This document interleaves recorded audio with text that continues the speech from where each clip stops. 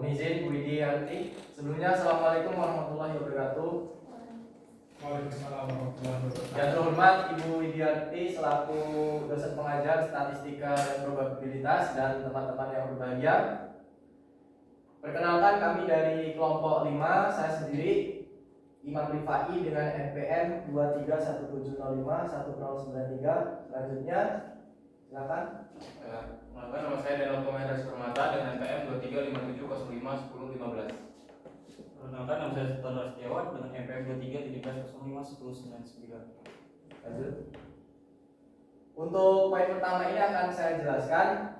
Jadi yang akan dijelaskan itu yang pertama data. Data itu alasan dan sumber data. Lalu yang kedua yang dijelaskan yaitu analisis deskriptif ada penyajian data secara grafik, numerik dan interpretasi data. Lalu yang ketiga statistika inferensial, ada selang kepercayaan dan juga pendugaan parameter. Yang terakhir software yang digunakan. Oke, selanjutnya alasan dan sumber data. Jadi alasan kami mengambil data tentang biaya kos. Jadi kami itu mengambil tiga jenis data. Yang pertama itu mahasiswa Unila tentang biaya kosnya berapa. Lalu yang kedua mahasiswa Unila tentang biaya UKT berapa. Dan yang ketiga itu pengeluaran mahasiswa Unila antara laki-laki dan perempuan. Dan yang pertama ini biaya sewa kos mahasiswa Unila. Kenapa sih kami mengambil data ini? Karena supaya kita mengetahui faktor-faktor apa saja yang mempengaruhi tinggi atau rendahnya harga sewa kos yang ada di sekitar Unila. Kami membuat di form yang kemudian kami sebarkan untuk mendapatkan data di sosial media. Oke, selanjutnya. Lalu ada penyajian data secara grafik dari biaya sewa kos. Ini yang paling rendah itu ada harga 2,5 juta dalam 1 tahun. Ini biasanya kemungkinan dia ini 2 orang, jadi dibagi 2 atau bagaimana, jadi 2,5 juta. Lalu yang tertinggi ini ada 7,5 juta dalam 1 tahun. Ini kalau 7,5 juta ini biasanya kosnya sudah dilengkapi wifi, sudah dilengkapi kamar mandi dalam dan juga fasilitas yang cukup lengkap, dan jaraknya pun sama Unila ini cukup dekat.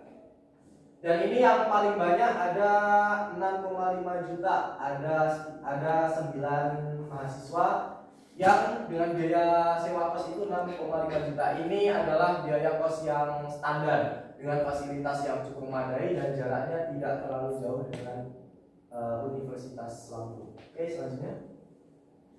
Dari data tersebut, data pertama yaitu tentang jumlah biaya sewa kos, itu ada variabelnya itu biaya kos ya, biaya sewa kos. Rata-ratanya itu ada 5,78 juta.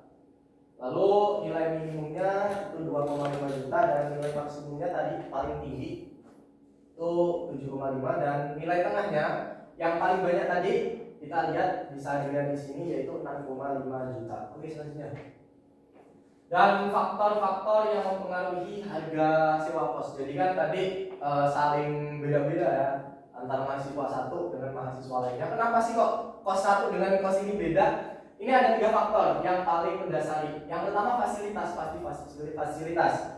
Ada TV, lemari, AC, kulkas, itu semakin banyak fasilitasnya semakin banyak juga harganya, semakin mahal juga harganya. Yang kedua lokasinya semakin dekat dengan kampus Unila, kayak di Kampung Baru itu semakin mahal biasanya. Lalu ada penentuan kamar mandi. Nah ini paling menonjol. Kamar mandi di luar itu biasanya murah, atau kamar mandi disatukan itu biasanya lebih murah biayanya. Tapi kalau kamar mandi di dalam per kamar ada kamar mandi sendiri itu biasanya lebih mahal. Oke, itu aja untuk faktor. Selanjutnya. Nah, kita masuk ke interpretasi data. Jadi dari data yang kita kumpulkan, kita ketahui grafiknya, kita bisa menginterpretasi data ini. Data yang kami kumpulkan melalui di form yang kami sebarkan melalui media sosial mahasiswa Unila supaya bisa mengisi di form tersebut. Dari 25 responden yang ada, kami mendapatkan 3 responden dengan harga yang termurah, yaitu yang murah 2,5 sampai 6,5 juta. Ini termasuk menengah ke bawah. Menengahnya kan 6,5 juta. Jadi 2,5 juta sampai 6,5 juta. Yang 3 responden ini 2,5 juta. Lalu 6,5 juta itu yang paling banyak, yaitu 9 responden. Beberapa faktor yang mempengaruhi rendah harga kos seperti jauhnya lokasi, seperti yang sudah dijelaskan tadi. Lalu ada fasilitas yang diberikan, wifi, lemari dan meja dan lain-lain. Lalu kamar mandi di dalam atau di luar. Lalu untuk sewa kos dengan harga tinggi yaitu 7 sampai 7,5 juta, yang tentunya fasilitasnya lebih lengkap dan jaraknya itu cukup dekat, bahkan sangat dekat. Oke, selanjutnya. Lalu ada pendugaan parameter. Kita ini menghitungnya melalui Minitek. Jadi setelah kepercayaan 95%, kita percaya bahwa rata-rata sebenarnya biaya sewa kos mahasiswa dengan interval itu masuk ke dalam interval. Jadi rata-rata mahasiswa itu masuk ke dalam interval 5,158 juta sampai dengan 6,452 juta. Jadi dapat disimpulkan bahwa rata-rata sewa kos mahasiswa Unila adalah 5,7 juta itu adalah benar, karena mencakup dalam selang tersebut. Oke, lalu kami menguji hipotesisnya. Ini kami menguji dalam bentuk kalimat. Dalam perhitungan dalam perhitungan itu sama dengan yang tadi, pendugaan parameter kita menolak H0, jadi bisa dihitung melalui Minitek. Dan ini dalam uji hipotesis ini terdapat 9 responden dengan menyewa kos seharga 6,5 juta. 3 orang yang paling tinggi ini 7,5 juta. Ini menunjukkan bahwa walau perbandingan sewa kos kecil, tetapi terdapat perbedaan signifikan terhadap jumlah orang, yaitu 9 orang dengan harga 6,5 juta dan 3 orang dengan harga 7,5 juta.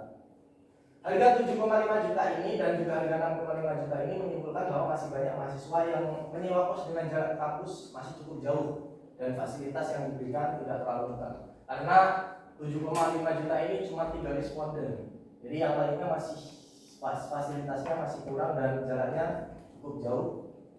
Oke, selanjutnya alasan. Oke, dan ini masuk ke data kedua. Data kedua akan dijelaskan oleh Daniel. Silakan Daniel. Oke, terima kasih. Ini data kedua. Alasan kami mengambil data tentang biaya UKT mahasiswa Unila adalah untuk mendapatkan kesimpulan terkait kesejahteraan mahasiswa Unila. Nah, sumber data yang kami dapatkan, kami membuat form yang kemudian kami sebarkan untuk mendapatkan data di laman media sosial. Next. Oke, ini data penyajian data secara grafik biaya UKT mahasiswa Unila selama 1 semester.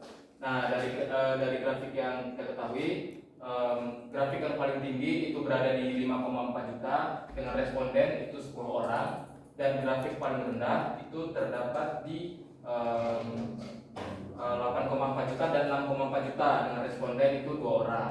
Next. Penyajian data secara numerik. Nah, ini dari grafik atau dari responden yang kami terima, kami mendapatkan untuk variabel biaya UKT rata-ratanya 4,962 juta dengan maksimumnya 8,4 juta dan minimumnya itu 1 juta. Next. Oke, faktor-faktor yang mempengaruhi tinggi rendahnya biaya UKT. Yang pertama itu adalah penghasilan orang tua, yang kedua tanggungan keluarga, yang ketiga tanggungan peminjaman kepada lembaga tertentu seperti hutang dan lain-lain. Oke, next. Interpretasi data. Interpretasi data. Data yang kami kumpulkan melalui form yang kami sebarkan kepada mahasiswa di laman media sosial dengan tujuan untuk memahami faktor yang mempengaruhi tinggi atau rendahnya UKT mahasiswa Unila. Berdasarkan 37 responden yang ada, kami mendapatkan 17 responden dengan biaya UKT 1 juta sampai 4,4 juta, yang artinya beberapa faktor yang mempengaruhi rendahnya biaya UKT seperti penghasilan orang tua, tanggungan keluarga dan lain sebagainya itu masih lumayan banyak. Lalu untuk biaya UKT dengan mulai dari 6,4 juta sampai 8,4 juta termasuk keluarga yang mampu dan tidak memiliki tanggungan yang cukup banyak. Next. Ini pendugaan parameter dengan rata-rata 4,9 juta. Jadi setelah kepercayaan 95%, kita percaya bahwa rata-rata sebenarnya biaya UKT mahasiswa dengan interval 4,277 juta sampai 5,647 juta dapat disimpulkan rata-rata biaya UKT mahasiswa Unila adalah 4,9 juta karena selang kepercayaan tercakup dalam interval tersebut. Next. Uji hipotesis, biaya UKT mahasiswa Unila yaitu 4,9 juta yang berarti mengatakan bahwa rata-rata mahasiswa Unila adalah berasal dari keluarga yang mampu dan memiliki sedikit tanggungan. Terdapat perbedaan yang cukup signifikan terhadap biaya UKT mahasiswa Unila yaitu UKT dengan 2,4 juta ada 5 responden dan UKT 8,4 juta terdapat 2 orang saja, yaitu menandakan masih ada keluarga mahasiswa yang memiliki cukup banyak tanggungan keluarga dan lain-lain. Next. Oke, ini data ketiga yang dijelaskan oleh teman saya, Sobat. Data ketiga kita ambil dari data pengeluaran mahasiswa selama 1 minggu. Kenapa kita mengambil data ini? Karena kami ingin mengukur rata-rata pengeluaran mahasiswa selama 1 minggu. Nah, sumbernya seperti sebelum-sebelumnya kita mengambil dari Google Form, kemudian kami sebarkan untuk mendapatkan data di laman media sosial. Nah, ini grafiknya. Grafik pertama itu kita ubah menjadi 2, yaitu kurang dari 300 dan lebih dari 300. Kenapa? Karena menurut kelompok kita standar pengeluaran mahasiswa itu selama 1 minggu di bawah 300 dan di atas 300 itu melebihi standar. Dari grafik pertama ini kita buat grafik kedua, yaitu kita bedakan dari pengeluaran laki-laki dan perempuan. Pengeluaran laki-laki 12 dan pengeluaran perempuan itu ada 8. Ini data numerik populasi laki-laki, kita dapat pengeluaran mahasiswa rata-ratanya 247,5, minimumnya 150 dan maksimumnya 400. Dan data perempuannya ini mediannya 250, mediannya 200 dan maksimumnya 400. Dari data tersebut kita dapat interpretasi datanya, yaitu terdapat 10 laki-laki yang pengeluarannya kurang dari 300 dan 2 laki-laki dengan pengeluaran di atas 300.000. Ini menunjukkan sebagian besar pengeluaran laki-laki tidak terlalu besar dan cenderung berhemat. Dan ada 8 orang mahasiswi, terdapat 7 mahasiswi pengeluarannya di bawah 300.000 dan hanya 1 di atas 300.000, menunjukkan sebagian besar pengeluaran mahasiswi tidak terlalu besar.